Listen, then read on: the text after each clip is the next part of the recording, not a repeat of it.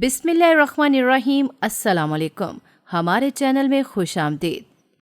جانے کتنے دن سے بستر پر پڑا رہنے سے سوچے بھی شاید بستر تک ہی محدود ہو کر رہ گئی تھی۔ کروٹ لینا، دوا اور کھانے کے لیے ہمت کر کے اٹھنا، دیگر ضرورتوں کے لیے بھی اپنوں کی محتاجی۔ مگر آج جانے کیوں لگا دھوپ میں ہلکا سنہری پن ہے۔ شاید کچھ گزری یادیں خیال کے پردے کو سہلاتی گزر گئیں اور ایک کھوئی ہوئی طاقت سی جسم میں محسوس ہونے لگی۔ جانے اس طاقت میں کیا تھا کہ اپنا آپ کچھ ہلکا محسوس ہوا اور بستر سے اٹھ بیٹھنے کی ہمت کر بیٹھا۔ ساتھ ہی وہ کھڑکی جہاں سے آتی سنہری دھوپ نے مجھے مجبور کیا کہ میں اس کھڑکی سے دیکھوں کہ زندگی اپنے کتنے روپ لیے روز میرے محلے سے گزرتی ہے۔ اٹھ بیٹھنے سے جو تھوڑی سانس نے احتجاج کیا، اسے منا کر تسلی دے کر ایک پرشوق نگاہ جیسے ہی کھڑکی سے باہر کی، وہ تمام آوازیں جو میں روز سنتی ہوں پر ان پہ توجہ نہیں دیتی، وہ جیسے اپنے مناظر کے ساتھ ابھر کر میری آنکھوں کے مخصوص پھیکے رنگوں میں نئے رنگ بھرتی گئیں۔ میری آنکھیں چمک اٹھیں، گھبرا کر میں نے آنکھیں کھول دیں۔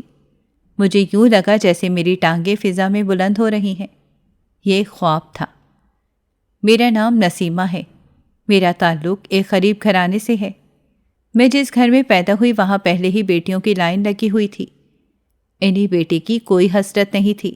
ان کو کیا، گھر میں کسی بھی فرد کو میرے آنے کی کوئی خوشی نہ تھی، سوائے میری بڑی بہن کے، جس نے مجھے بڑی بہن کی جگہ ماں بن کر پالا تھا، جس کے لیے میرا وجود اہمیت رکھتا تھا، اور واحد وہ تھی جس کی میں قدر کرتی تھی۔ مجھے تو یہ بھی سننے کو ملا تھا کہ اگر میری ماں کو پہلے پتا ہوتا کہ میں بیٹی ہوں تو وہ مجھے اپنی کوکھ میں ہی مار دیتی۔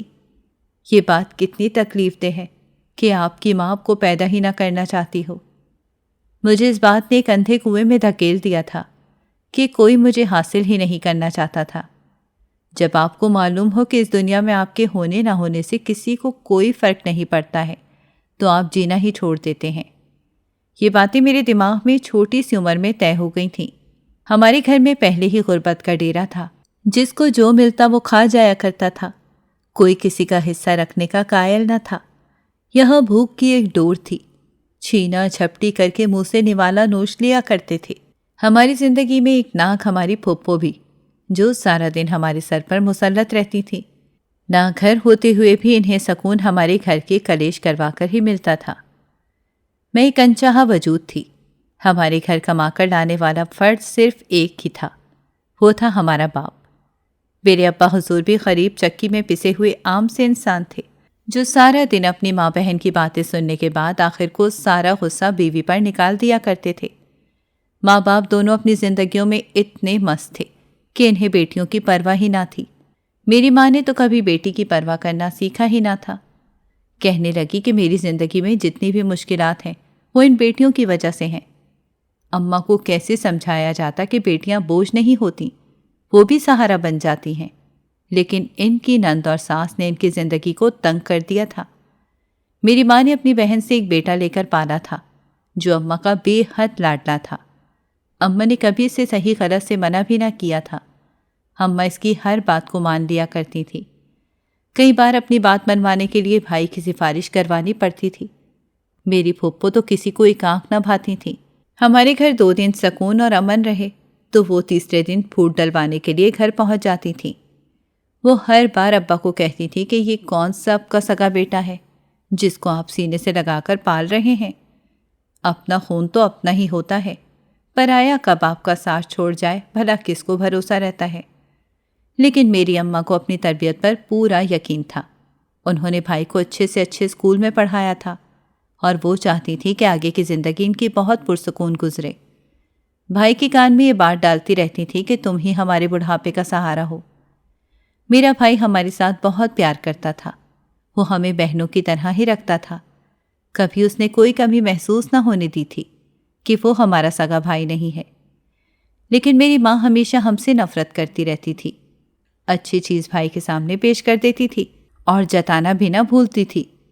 کہتی تھی کہ تم تو میری کوکھ میں ہی مر جاتی، تمہاری دادی اور پھپھو سے تو مجھے یہ باتیں سننے کو تو نہ ملتی کہ اس نے تو 7 بیٹیاں ہی پیدا کر دی ہیں۔ کیا اللہ یہ اختیار دیتا ہے کہ تم اس گھر میں جانا چاہتے ہو یا نہیں جانا چاہتے ہو؟ یا پھر اللہ اختیار دیتا ہے کہ تمہیں اپنا والدین قبول کرنا بھی چاہتے ہو یا نہیں؟ ایسا اختیار تو کسی اولاد کو نہیں دیا جاتا، ورنہ کون اس جہنم میں آنا چاہے گا؟ شاید پھر ہی اولاد کو ہی ترستے رہتے۔ اللہ سے شکر کرنے کے بجائے کہ اللہ نے انہیں اولاد سے نواز دیا ہے، نہ شکری کرتی رہتی ہیں۔ اماں کی زبان پر کبھی بھی شکر کا کلمہ نہیں دیکھا تھا، ہر وقت چھوٹی چھوٹی باتوں کا نقص نکال کر روتی رہتی تھی۔ بھائی انہیں بہت سمجھاتے تھے، کہتے تھے کہ اللہ کی نعمتوں کا شکر ادا کرنا چاہیے، لیکن وہ کہہ دیتی تھی کہ اللہ نے کب میرے ساتھ اچھا کیا ہے؟ سب بہنوں کو بیٹا دیا، لیکن اللہ نے مجھے اس معاملے میں نہیں نوازا ہے۔ مجھے اپنے سسرال والوں سے کتنی باتیں سننے کو ملی ہیں، تمہاری ماں تمہیں میری گود میں نہ ڈالتی تو میں تو جیتے جی مر جاتی۔ سب کے لڑائی جھگڑے دیکھنے کا وقت گزر گیا، اس کا علم ہی نہ ہوا۔ خاص طور پر اماں ابا کی لڑائی جھگڑے تو پورے محلے میں مشہور تھے۔ وقت کے ساتھ سمجھ جانے لگا کہ ابا کا یہ چڑچڑا رویہ دراصل ان کا قصور نہیں ہے، بلکہ یہ تو اللہ کی طرف سے مرد پر جب یہ ذمہ داریاں پڑتی ہیں تو وہ گھبرا جاتا ہے۔ بھائی بھی ابا کا سہارا بن گئے تھے۔ انہوں نے 12ویں کے بعد ایک کلرک کی نوکری کرنا شروع کر دی تھی، جہاں سے انہیں سرکاری نوکری مل گئی تھی، اور وہ وہیں پر پکے ہو گئے تھے۔ اماں سارے محلے میں ناک اونچا کر کے بتایا کرتی تھی کہ ان کا بیٹا سرکاری نوکری کرتا ہے۔ آج تک پورے خاندان میں کسی نے سرکاری نوکری حاصل نہیں کی تھی۔ میرے ابا بھی سینہ چوڑا کر کے سب کو بتاتے تھے کہ میرا بیٹا جو سرکاری نوکری کرتا ہے۔ اس وجہ سے جو رشتہ دار ہم سے منہ موڑ چکے تھے وہ بھی ہم سے ملنے آتے تھے۔ میری اماں تو ضرورت سے زیادہ چالاک بنتی تھیں، کہتی تھی کہ یہ سب لوگ اس وجہ سے آتے ہیں کہ میں ان کی بیٹی کو لے لوں۔ بھائی کی نوکری لگتے ہی اماں کو بہن کی شادیوں کی پڑ گئی۔ کہنے لگی کہ جلد از جلد ان کی شادی کر دی جائے تاکہ بھائی کی باری بھی آئے۔ بھائی جو بھی چیز کھانے کو لاتا تھا اماں وہ ہم سے چھپا لیا کرتی تھی۔ میری باقی بہنیں تو چھپا کر چوری کر کے کھا ہی لیتی تھیں، لیکن میرے اندر یہ عادت نہیں ہے۔ میری بڑی بہن ہے، چھوٹی عمر سے ہی ٹیوشن پڑھانا شروع کر دیا تھا، اس وجہ سے وہ اپنے خرچے خود اٹھایا کرتی تھی۔ کبھی کبھار اس کے خرچے پر ہماری عیش بھی ہو جاتی تھی۔ اماں سے چھپا کر کوئی نہ کوئی چیز کھانے کی لے ہی آتی تھی۔ بازار جانے سے میری تو لاٹری لگ جایا کرتی تھی۔ میں تو چاہتی تھی کہ میری بہن روز کسی نہ کسی کام میں بازار جائے۔ ہم محلے کے ایک سرکاری اسکول میں پڑھا کرتے تھے، اور وہاں پر پڑھانے والی بھی ہماری باجی تھیں، جو ہمیں ٹیچر نہ آنے پر سبق دے دیا کرتی تھیں اور گھر پر آ کر بھی علیحدہ پڑھاتی تھیں۔ اللہ نے انہیں بہت ذہین دماغ دیا تھا۔ وہ جو چیز ایک بار پڑھ لیتی وہ اسے خود بخود سمجھ جایا کرتی تھیں۔ بہنوں میں پڑھنے لکھنے کا شوق صرف مجھے تھا کہ پڑھ لکھ کر اپنے حالات بدل لوں۔ جس طرح گھر والوں کو مجھ سے محبت نہیں تھی، اسی طرح مجھے بھی اب گھر والوں سے محبت نہ رہی تھی۔ پہلے پہل تو اماں کی کڑوی باتوں سے دل دکھا کرتا تھا۔ میں رونے بیٹھ جاتی تھی اور سارا دن روتی رہتی تھی، لیکن میری بہن نے مجھے سمجھایا کہ لوگوں کے رویوں پر رونے سے کچھ بھی نہیں ہوگا، بلکہ ہم دن بدن کمزور ہوتے جائیں گے، ہماری دماغی اور فزیکل ہیلتھ خراب ہو جائے گی۔ لوگ تو ہمیں ویسا ہی سمجھیں گے۔ ہمیں خود کو مضبوط کرنا چاہیے کہ لوگوں کی سوچ بدل جائے، اور مجھے بھی یہی کرنا تھا، خود اپنے پیروں پر کھڑے ہونا تھا۔ میری بہن کے بھی کچھ خواب تھے، لیکن میری اماں تو اس کی شادی کروانے میں لگی ہوئی تھی۔ جس طرح اس نے 10ویں پاس کی تھی تو میری خالہ کے بیٹے کا رشتہ اس کے لیے آ گیا۔ میں بالکل بھی نہیں چاہتی تھی کہ باجی کی ابھی سے شادی ہو جائے۔ اگر وہ مجھ سے جدا ہو جاتی تو مجھے پڑھانے لکھانے اور مجھے کھلانے والا کوئی بھی اس گھر میں نہ رہتا۔ میں اس معاملے میں خود غرض بن گئی تھی کہ باجی کے بغیر میری زندگی کوئی زندگی نہیں تھی۔ میں چاہتی تھی کہ باجی ہمیشہ میرے ساتھ رہیں، لیکن ایسا ممکن بھی نہیں تھا۔ باجی کے اپنے بھی کوئی خواب یا وہ پڑھنا لکھنا چاہتی تھی۔ اس گھر میں رہ کر تو آگے پڑھائی ممکن ہی نہیں تھی، کیونکہ اماں نے کہہ دیا تھا کہ سرکاری اسکول میں جتنا پڑھنا تھا پڑھ لیا۔ ہمارے دور میں تو لڑکیاں پڑھی لکھی بھی نہیں ہوتی تھیں۔ آج کل رشتوں کے لیے پڑھائی لکھائی ضروری ہے، اسی لیے تم لوگوں کو اسکول بھیج دیتی ہوں، ورنہ آج کل کا ماحول اتنا اچھا نہیں ہے۔ گھر میں بہن کی شادی کی تیاریاں چلنے لگیں۔ بھائی کہنے لگا کہ کسی چیز کی کوئی کمی نہیں رہنی چاہیے۔ میری اماں پھر بھی ہر معاملے میں ڈنڈی مار جایا کرتی تھیں۔ وہ تو چاہتی تھی کہ بیٹیوں کو ایسے ہی رخصت کر دیا جائے۔ میرے دل سے میرے والدین کی محبت بالکل ختم ہو گئی تھی۔ میں صرف اپنی بہن سے محبت کرتی تھی، خود کو اس قابل بنا کر اس خاندان سے الگ ہو جانا چاہتی تھی۔ میں اماں کی طرح بچے پیدا کرنے والی مشین نہیں بننا چاہتی تھی۔ بچے پیدا کرنے پر کس کا زور چلتا ہے؟ اللہ کی طرف سے یہ سارے معاملات ہوتے ہیں، لیکن اولاد کو بوجھ سمجھ لینا بھی کہاں کا انصاف ہے؟ پڑھائی لکھائی انسان کے شعور کے لیے بہت ضروری ہے، ورنہ وہ پرانی سوچ میں ہی پھنسا رہتا ہے۔ زمانے کی وہ سوچ جب بیٹیوں کو دفنا دیا جاتا تھا، ویسا جاہل رویہ ہی رکھتا ہے۔ اماں کی سوچ ہی بدل جاتی، کیا پتا وہ اپنی بیٹیوں سے محبت کرنے لگ جاتی۔ کس بیٹی کا دل نہیں چاہے گا کہ اس کی ماں اسے اپنی گود میں بٹھا کر لاڈ پیار کرے؟ جب اپنی ہم عمر لڑکیوں کو دیکھتی تھی کہ ان کی ماں ان کے لاڈ اٹھا رہی ہیں، تو دل میں ایک کسک سی اٹھتی تھی کہ کاش میری اماں بھی اتنی ہی پرواہ کرتی ہوتی۔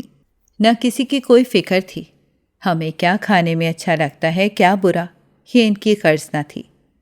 وہ کہتی تھی کہ تم لوگوں کا باپ مجھے کوئی مرغ مسلم لا کر نہیں دیتا جو میں تم لوگوں کو پیش کروں۔ جس دن ابا گھر ہوتے تھے، اماں کوئی نہ کوئی بات ایسی نکال کر لڑائی شروع کر دیتی تھیں۔ صبح شام لڑائی میں ہی بڑے ہوئے تھے۔ اب جب سے بہن کی شادی کی بات چلی تھی، تب سے تو میرا دل اداس رہنے لگا تھا۔ میں چاہتی تھی کہ وہ ہمیشہ میرے پاس رہیں۔ وہ دن بھی آ گیا، وہ لوگ آ کر شادی کی تاریخ رکھ گئے تھے۔ میری اماں تو ان کی جی حضوری میں لگی ہوئی تھیں، کہنے لگیں کہ بیٹیوں کا معاملہ ہے، جتنی جلدی ان کی شادی کر دی جائے اتنا ہی اچھا ہے۔ کل کو یہ لڑکیاں ادھر ادھر منہ مارنے لگ گئیں تو میری تو معاشرے میں عزت ہی خراب ہو جائے گی۔ محلے میں سب لوگ ہمیں عزت سے جانتے تھے۔ محلے میں ان کی کتنی عزت تھی اس کا مجھے بے علم تھا۔ سارا محلہ ان کی لڑائیاں سنتا تھا، اور جس دن پھپھو آ جاتی تھیں اس دن تو کسی کو کان لگانے کی ضرورت بھی نہیں پڑتی تھی۔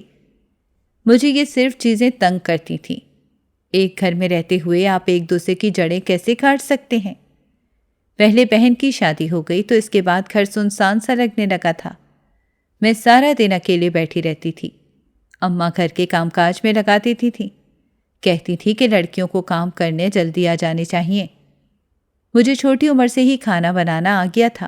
میں ہر کام بڑی نفاست سے کرتی تھی، جس وجہ سے میری بڑی بہنیں بھی سارا کام میرے اوپر ہی ڈال دیا کرتی تھیں۔ ان میں سے دو تو اتنی کام چور تھیں، کام سے بچنے کے لیے سارا دن سر درد کا بہانہ بنا کر بیٹھی رہتی تھی۔ اماں سے ہی انہوں نے یہ عادتیں سیکھی تھیں۔ میری اماں بھی اپنا کام دوسروں کے سر پر ڈالنے کے لیے سر درد کا بہانہ کر دیتی تھیں۔ میری باقی بہنیں بھی اماں کی طرح لڑاکیاں تھیں۔ وہ ایک بات سن کر جب تک اس پر لڑائی نہ کر لیں انہیں چین نہیں آتا تھا۔ گھر میں شور و غل سے بھاگنے کی وجہ سے میں ہمیشہ باجی کے ساتھ ہی رہتی تھی۔ جب باجی کی شادی ہو گئی تو گھر میں اداسی سی پھیل گئی تھی۔ باجی کے گلے لگ کر رخصتی پر میں جتنا روئی تھی شاید ہی اماں بھی نہ روئی ہوں، کیونکہ میں ان سے جدائی پر بیمار پڑ گئی تھی۔ سارا دن بستر پر پڑی رہتی تھی، بہن کو یاد کرتی رہتی تھی۔ رات کو ڈراؤنے خواب آتے تھے تو گھبرا کر اٹھ جایا کرتی تھی۔ میں نے ایک بار دیکھا کہ جیسے میری ٹانگیں چلی گئی ہیں اور میں محتاجی کی زندگی گزار رہی ہوں۔ میرے ارد گرد مکھیوں کا ڈیرا ہے اور کوئی بھی میرے پاس نہیں آ رہا۔ میں ایک کمرے میں اکیلی لیٹی ہوں۔ سب کو آوازیں دے دے کر میرا گلا سوکھ چکا تھا۔ مجھے یوں لگا جیسے میری موت قریب ہے۔ اچانک میرا جسم ہلکا سا ہو گیا اور میری ٹانگوں نے حرکت کرنا شروع کر دی۔ میں خود پر بوجھ ڈال کر اٹھنے لگی تو گھبرا کر میری آنکھ کھل گئی۔ میری چیخ سے میرے ساتھ سوئی بہن بھی اٹھ گئی تھی۔ کہنے لگی کہ اتنا تو اماں نے اپنی بیٹی کو جدائی پر اثر نہیں لیا جتنا تم دکھی ہو گئی ہو۔ تمہاری بہن اپنے گھر میں ہنسی خوشی زندگی گزار رہی ہے۔ میری بہن شادی کے بعد صرف 2 ہی بار گھر آئی تھی۔ اس کے بعد ابا نے منع کر دیا کہ ہر ہفتے چکر لگانے کی کوئی ضرورت نہیں ہے۔ تمہاری یہ لاڈلی گھر میں 2 وقت کی روٹی کھا رہی ہے، تم بھی اپنے سسرال والوں کو کوئی شکایت کا موقع مت دینا۔ ہمارے غریب گھرانوں میں تو ایک بار ڈولی اٹھ جائے تو اس کی میت ہی اس کاندھوں پر واپس آتی ہے۔ میں اس دنیا سے کافی بیزار ہو گئی تھی۔ ہر قربانی عورت کے حصے میں ہی کیوں لکھی جاتی تھی؟ میری ماں شروع سے تو ایسی نہ ہوگی۔ اس کو اتنا برا بنانے میں بھی معاشرے کا ہی ہاتھ تھا۔ بڑی بہن کی شادی جیسے ہی ہوئی، ہر سال اماں ایک بہن کی رخصتی طے کر دیتی تھی۔ رشتہ بھی کہیں خاندان سے تو کبھی باہر سے ڈھونڈ لیا جاتا تھا، اور اس 1 سال کے دوران جب تک رشتہ نہیں ملتا تھا رشتے والی کا چکر ہمارے گھر لازمی لگتا تھا۔ اس گھر میں بیٹیاں ہی اتنی تھیں کہ ماں کی فکر تو جائز ہی تھی۔ ایک بیٹی کا جہیز دیا تو دوسری بیٹی کے لیے جہیز جمع کرنا شروع کر دیا تھا۔ اماں کے بازار کے چکر نہیں ختم ہوئے تھے، اور ان چکروں کے دوران ہمیں یہ بات سمجھ آ گئی تھی کہ ہر آنے والا عورت کو عجیب نگاہ سے ہی دیکھتا ہے۔ بڑی بہن اپنے گھر پر خوش تھی، اور اس کی خوشی میں میں بھی بے حد خوش تھی۔ اس نے مجھے بھی کہا تھا کہ اپنی زندگی پر توجہ دو اور گھر میں کسی سے لڑائی جھگڑا مت کرنا۔ اس کے شوہر نے اس سے پڑھنے کی اجازت دے دی تھی، صرف امتحان جا کر دے دیا کرتی تھی۔ یہ بھی ہمارے خاندان میں بہت تھا، ورنہ آج کل کے مرد اتنی بھی اجازت کہاں دیتے ہیں۔ آہستہ آہستہ سبھی بہنیں اپنے گھر میں رخصت ہو گئی تھیں، اور گھر کے سبھی کام میرے سر پر ڈال دیے گئے تھے۔ بھائی نے یہ کہہ دیا تھا کہ جب تک بہنوں کی شادیاں نہیں ہو جاتی تب تک تو میں بالکل بھی شادی نہیں کروں گا۔ اس کی عمر ہوتی جا رہی تھی۔ سب یہی کہتے تھے کہ بیٹے کو تم لوگوں نے ATM مشین بنا کر رکھ دیا ہے۔ میری اماں کو بھی اپنے بیٹے کی بے حد فکر تھی، اس لیے وہ جلد از جلد ہمیں سر سے اتار پھینکنا چاہتی تھیں۔ میں شادی کے نام سے بھی بھاگتی تھی، لیکن جس چیز سے انسان جتنا بھاگتا ہے وہ ڈر اس کے سامنے آ ہی جاتا ہے۔ میرے گھر والوں کو بھی میرا خیال آ ہی گیا۔ میری اماں کہنے لگی کہ اس کو بھی رخصت کرتے ہیں، بھلا کب تک میرے بیٹے کے سر پر پڑی رہے گی؟ کمانے والا وہ ایک ہے، کھانے والی 7 تھیں، 7 کو رخصت کرنا تھا۔ وہ رشتے جس قدر بے احتیاطی سے ڈھونڈتی تھیں، مجھے ڈر ہی لگتا تھا کہ کہیں میرا نصیب خراب نہ ہو جائے۔ رشتے کروانے والی کو میری تصویر دے دی گئی، اور اب باریاں لگنے لگیں۔ لوگ مجھے دیکھنے آتے تھے، دیکھ کر کوئی پسند کر جاتا تو کوئی ریجیکٹ کر جاتا تھا۔ جن کو میں پسند آ جاتی تھی، کبھی وہ لوگ میری ماں کو پسند نہیں آتے تھے، کبھی بھائی اس بات سے انکار کر دیتا تھا کہ یہاں رشتہ نہیں کرنا ہے۔ میں تو لوگوں کے سامنے پیش ہو کر تھک چکی تھی۔ صحیح میں مجھے یوں جیسے ڈیکوریشن پیس بنا کر پیش کیا جاتا ہو۔ میری ماں تو لوگوں کو وہ بھی تعریفیں بتاتی تھی جو میرے اندر موجود ہی نہیں تھی۔ میرا رنگ ذرا دبا ہوا تھا، میں اتنی خوبصورت نہ تھی، لیکن میرے چہرے میں ایک عجیب سی کشش تھی۔ کوئی دیکھتا تو پلٹ کر لازمی دیکھتا تھا۔ آخر کار ایک رشتہ مل ہی گیا۔ خاندان اتنا بڑا بھی نہیں تھا، گھر کا بڑا بیٹا کمانے کے لیے کافی عرصے سے گھر سے باہر ہی رہا تھا، اور پردیس میں دھکے کھاتا رہا تھا۔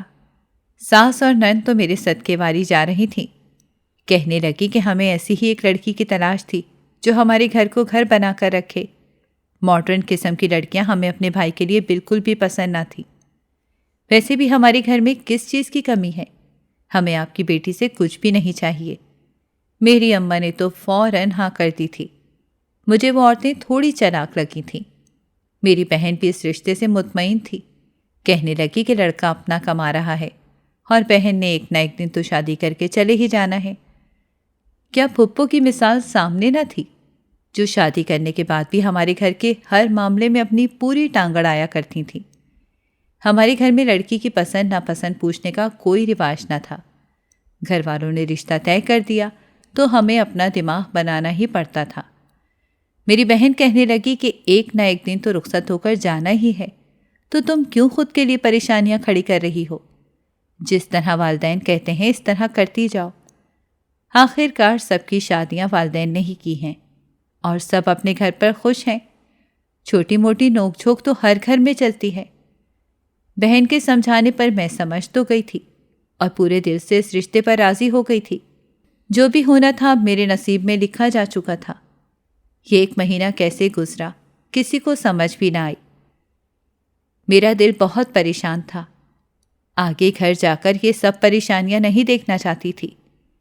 میں چاہتی تھی کہ میری ساس مجھے اپنی بیٹی کی طرح رکھیں، اور میری نند کے ساتھ ایک بہن کے تعلقات بڑھاؤں، اور میں بھی نند کے ساتھ ایک بہن کے تعلقات بڑھاؤں۔ مجھے یہ لڑائی جھگڑے اور دوہری پالیسیاں پسند نہ تھیں، جو زیادہ تر ہر خاندان میں چلتی تھیں۔ وہ گھڑی بھی آ گئی جب میں کسی اور کے نام لکھی جا چکی تھی۔ میرے شوہر کو میں نے شادی سے پہلے کبھی نہ دیکھا تھا۔ شادی کر کے جیسے ہی اپنے سسرال پہنچی، ہفتے کے اندر مجھے معلوم ہو گیا تھا کہ میری ساس کس طبیعت کی مالک ہیں۔ ہر بات میں اپنی بیٹی کی مثال دیا کرتی تھیں۔ ان کی بیٹی تو گھر کا کوئی کام بھی نہ کرتی تھی، جو بھی گھر کے کام تھے وہ میں ہی کرتی تھی۔ شادی کا پہلا ہفتہ شوہر کے ساتھ بہت اچھا گزرا تھا۔ جب تک میرا شوہر میرے ساتھ ہے، میری ساس کا رویہ بھی بہت اچھا تھا۔ مجھے یوں لگنے لگا تھا کہ میں ایک بہت ہی اچھے گھرانے میں شادی کر کے آ گئی، لیکن جیسے ہی میرے شوہر نے یہاں سے باہر کی فلائٹ پکڑی تھی، ویسے ہی میری ساس کا رویہ بھی بدلتا گیا تھا۔ گھر کا کام کرنے کے باوجود بھی وہ ہر کام میں نقص نکالا کرتی تھیں۔ کوئی باہر کی عورت آ جاتی تو یہی کہتی تھی کہ یہ سب کام تو میری بیٹی کرتی ہے، بہو تو سارا دن آرام کرتی رہتی ہے۔ میرا ایک دیور بھی تھا جو بہت اچھی عادت کا مالک تھا۔ وہ مجھے اپنی چھوٹی بہن سمجھتا تھا۔ دراصل میں نند اور دیور سے چھوٹی تھی۔ میری ساس نے مجھے اپنے بیٹے کے لیے پسند کیا تھا۔ وہ چاہتی تھی کہ اس کی بہو چھوٹی عمر کی آئے تاکہ اسے دبا کر رکھا جائے۔ میں ایک بار گھر کی شکایت لے کر اماں کے پاس بھی گئی تھی کہ شاید وہی میرا فیصلہ لڑ لیں اور میری ساس کو سمجھا دیں کہ وہ مجھے اتنا ذہنی دباؤ میں مت رکھیں۔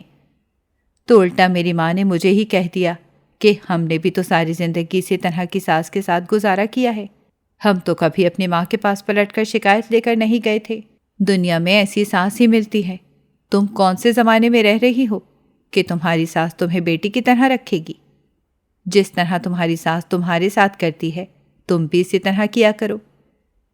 میری نند نے میرا جینا حرام کر دیا تھا۔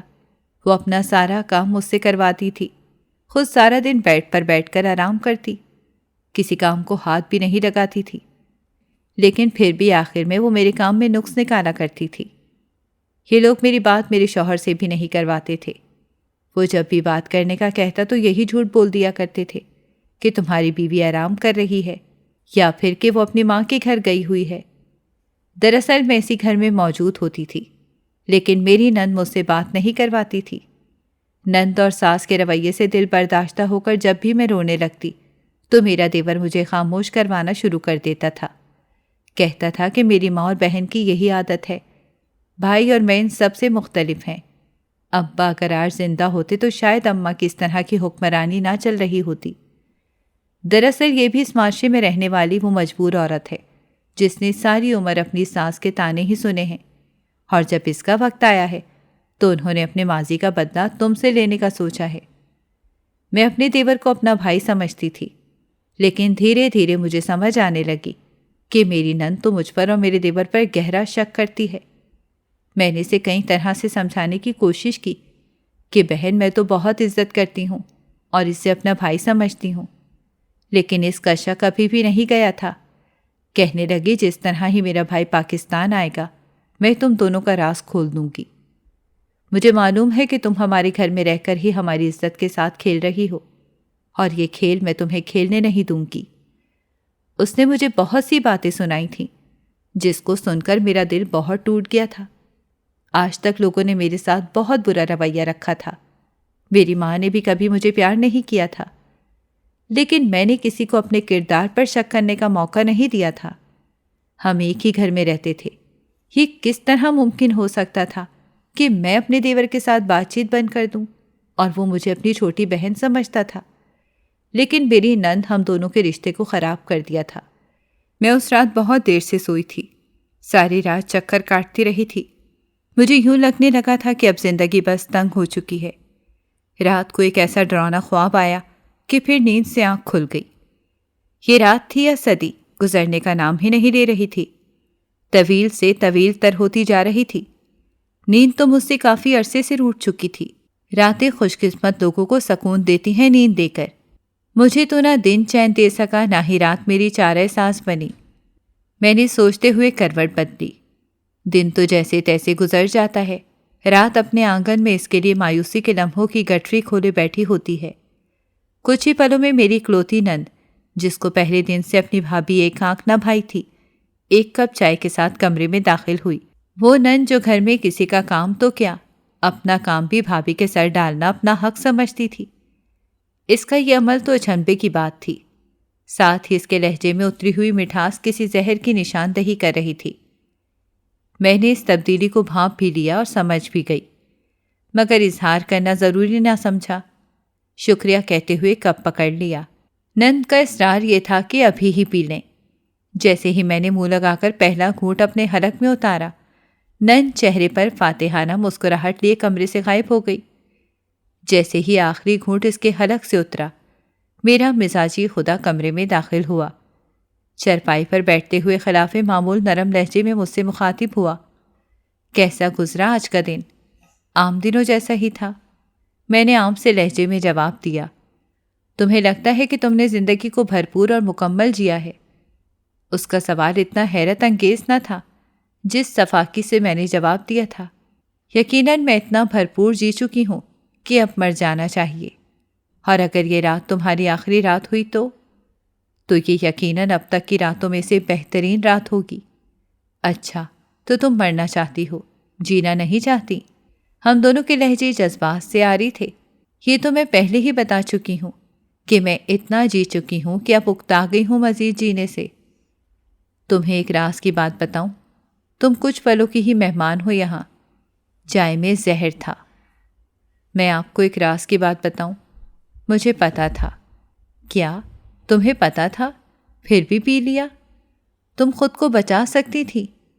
شوہر حیران تھا۔ شک کی بنا پہ یہ لوگ مجھے زہر دے کر مارنے لگے تھے۔ آپ کو ایک اور بات بتاؤں؟ یہ تو ایک ہی دفعہ میرے وجود کو ختم کر دینے والا زہر تھا۔ میرے وجود میں ایسے کئی زہر اترے ہوئے ہیں جو مجھے پل پل اذیت دیتے ہیں، جنہوں نے میری روح سے زندگی جیسی روشنی نکال کر مجھے خالی کر دیا ہے۔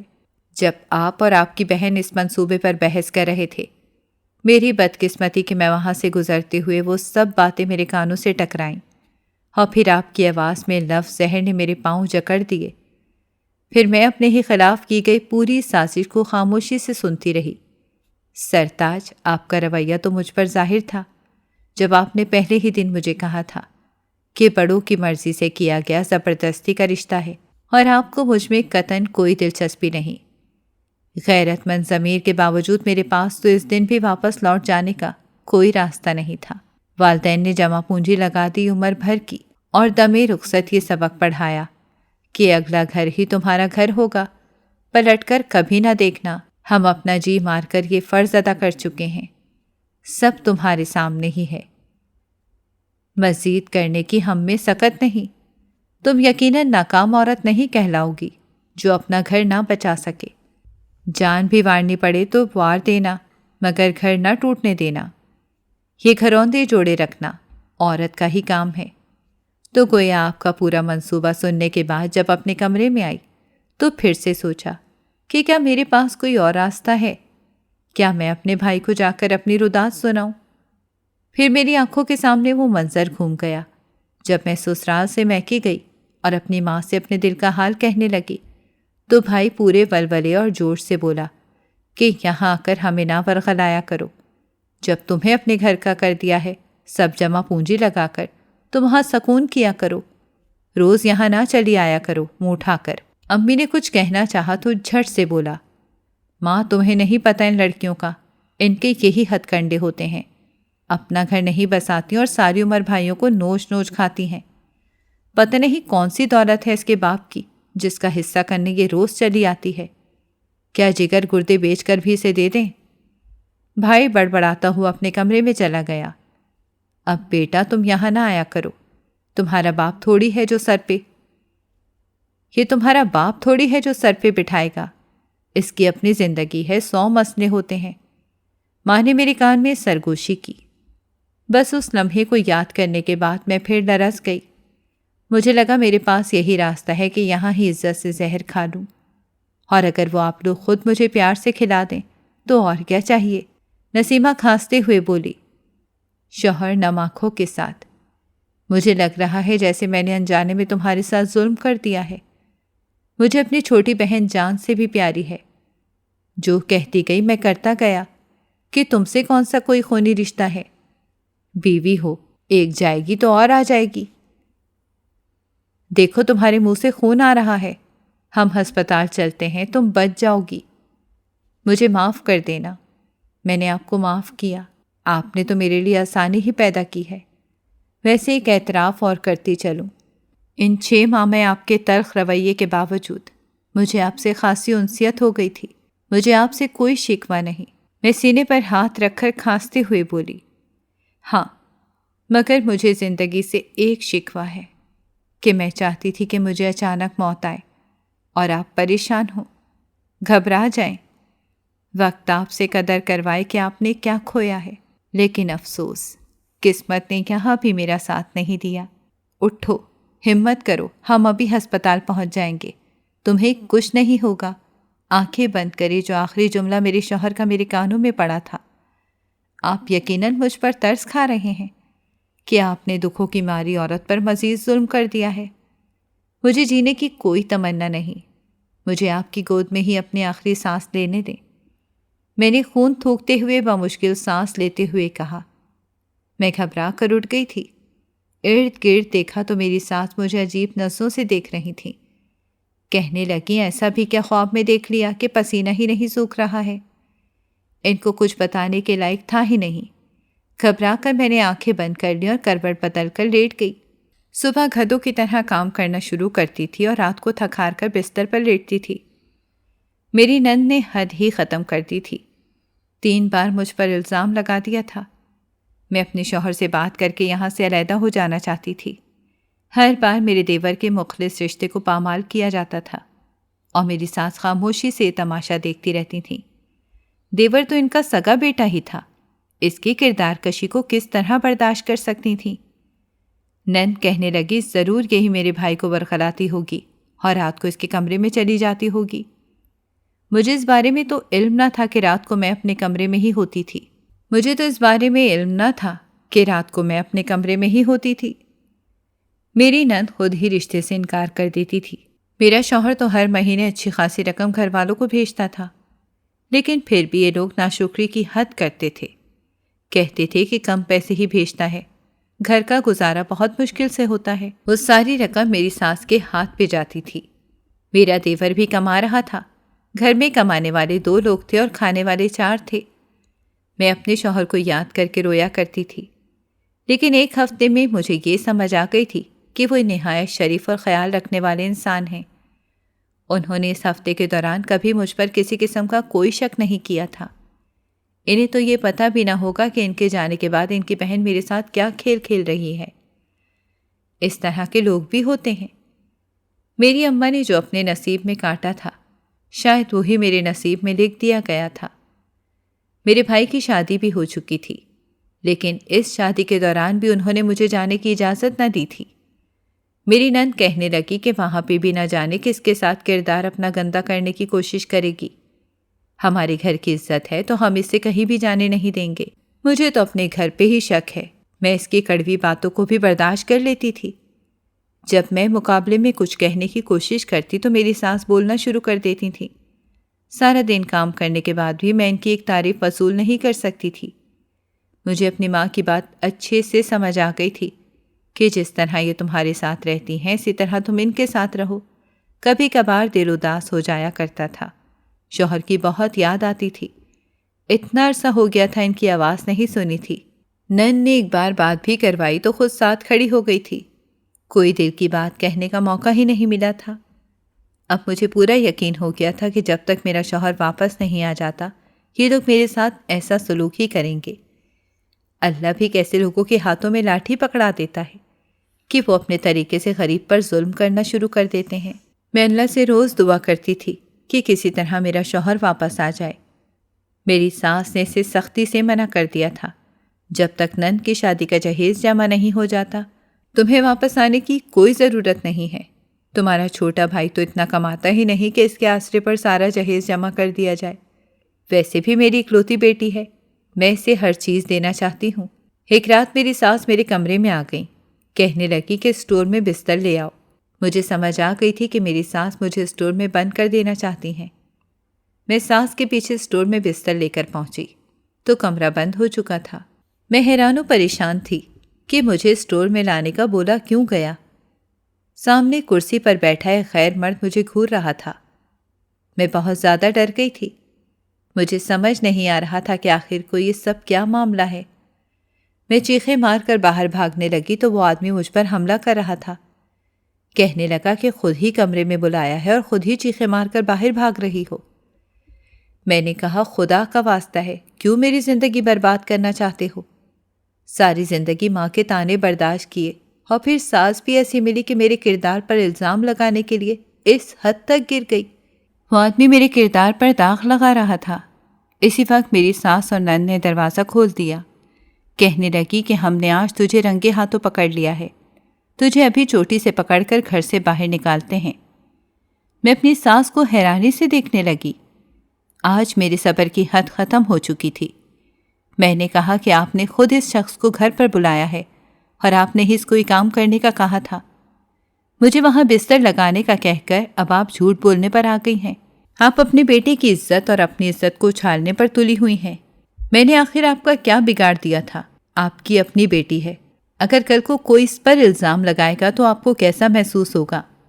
1 منٹ کے لیے اپنی بیٹی کی جگہ مجھ کو رکھ کر دیکھیے تو آپ کو احساس ہوگا کہ مجھے کتنا برا لگتا ہے۔ میری ساس بھڑک اٹھی، کہنے لگی کہ اوپر سے تم خود یہ کام کر رہی ہو، مجھ پہ الزام لگاتی ہو، میری بیٹی کو بد دعا دینے کی کوشش کرتی ہو۔ میرا شوہر بھی اچانک سے نمودار ہو گیا۔ یہ شاید پلان ہی اسی وجہ سے کیا گیا تھا کہ میری نند اور ساس کو اس بات کا علم تھا کہ میں اپنے شوہر کے سامنے ذلیل ہو جاؤں گی۔ وہ مجھے اس گھر سے نکالنا چاہتی تھیں، لیکن میرے شوہر کو ان سب چیزوں کا پہلے سے علم تھا۔ میرے دیور نے اسے پہلے دن سے ہر چیز کے بارے میں خبردار کر رکھا تھا اور میرے شوہر نے ان کی بات کا اعتبار نہیں کیا۔ زندگی میں پہلی بار قسمت میرے ساتھ تھی اور مجھے یقین نہیں آ رہا تھا کہ ایک فرما بردار بیٹا اپنی ماں کے خلاف جا سکتا ہے۔ وہ لڑکا بھی سارا سچ اگل گیا تھا۔ میری ساس جو مجھے گھر سے نکالنے پر تلی ہوئی تھی، ہاتھ جوڑ کر اپنے بیٹے سے معافی مانگنے لگیں اور اس گھر میں رہنے کے لیے منت کرنے لگیں۔ ایک بیٹا ہوتے ہوئے انہیں بھی یہ گوارا نہ تھا کہ وہ اپنی ماں کو رات کے اس پہر گھر سے نکال دیتے، لیکن انہوں نے یہ فیصلہ کیا کہ اگلی بار وہ مجھے اپنے ساتھ باہر کے ملک لے گئے تھے۔ میری زندگی تب سے بہت پرسکون تھی۔ اللہ نے مجھے 2 بیٹیوں سے نوازا تھا اور ایک بیٹا بھی دیا تھا۔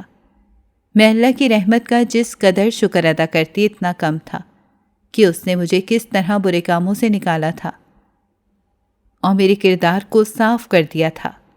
مجھے اپنے کردار کی گواہی دینے کی ضرورت بھی نہیں پڑی تھی۔ اللہ سچ اور حق کا ساتھ دینے والوں کے ساتھ ہے۔ ناظرین، اگر آپ کو ہماری کہانی اچھی لگی ہے تو ویڈیو کو لائک کریں، شیئر کریں اور ہمارے چینل کو سبسکرائب کریں۔ اگلی ویڈیو تک اجازت دیں۔ اللہ حافظ۔